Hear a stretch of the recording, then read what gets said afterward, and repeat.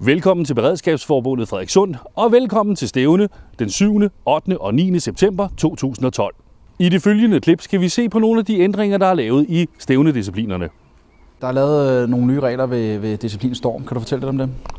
Ja, det der er ændret, og det var den, der før hed redning handlebane, og det der er ændret, det er, at murgennembrydningen er blevet erstattet med en motorsavsopgave, hvor man skal skære 2 stammer over. Og det starter ved, at man tager og klargør motorsaven, tager sikkerhedspåklædning på og fremfører motorsaven til selve forhindringen. Skærer den nederste stamme over med henholdsvis tryksnit og træksnit, øverste stamme, tryksnit og træksnit.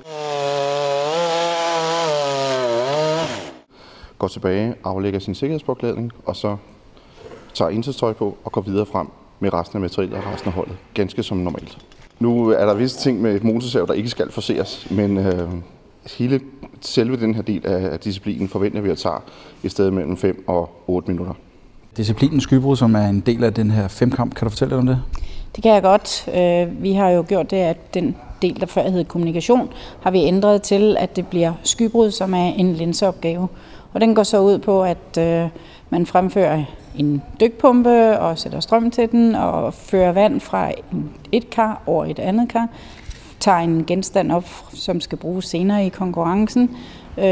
Selvfølgelig har man iført vaders, og så tager man genstanden med, løber tilbage, pakker sammen, afklæder sig de her vaders, løber tilbage, henter holdet, og så fremfører man til næste opgave.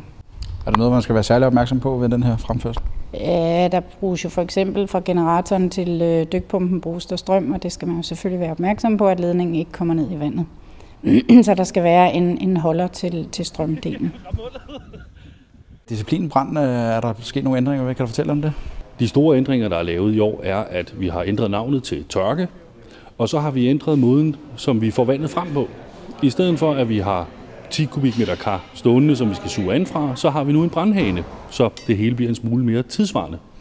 Og det er sådan set den eneste ændring, vi har lavet inden for tørke. Kommer der vand? Hvad er der noget, man skal være opmærksom på i forhold til den ændring her?